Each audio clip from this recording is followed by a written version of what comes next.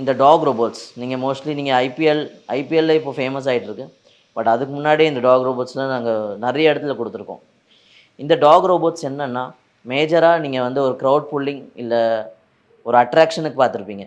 But வந்து இது எங்கே ஆக்சுவலாக யூஸ்னால் ஒரு ரிசர்ச் இண்டஸ்ட்ரீஸில், ஒரு மேனுஃபேக்சரிங் இண்டஸ்ட்ரீஸில், ஒரு பெரிய நிறுவனத்தில் நாங்கள் ஒரு ஃபால்ட், அதாவது ஒரு லீக்கேஜ், சிம்னிலேருந்து லீக்கேஜுக்கு இந்த மாதிரி யூசேஜுக்கும் நாங்கள் இந்த ரோபோட் டாக் கொடுத்துட்ருக்கோம். 7 மாடி ஏறி ஒரு சர்வேலன்ஸ் பண்ணி ஃபால்ட் இருக்கா இல்லையான்னு கண்டுபிடிச்சிட்டு அதுவே ஆட்டோமேட்டிக்காக வரும்.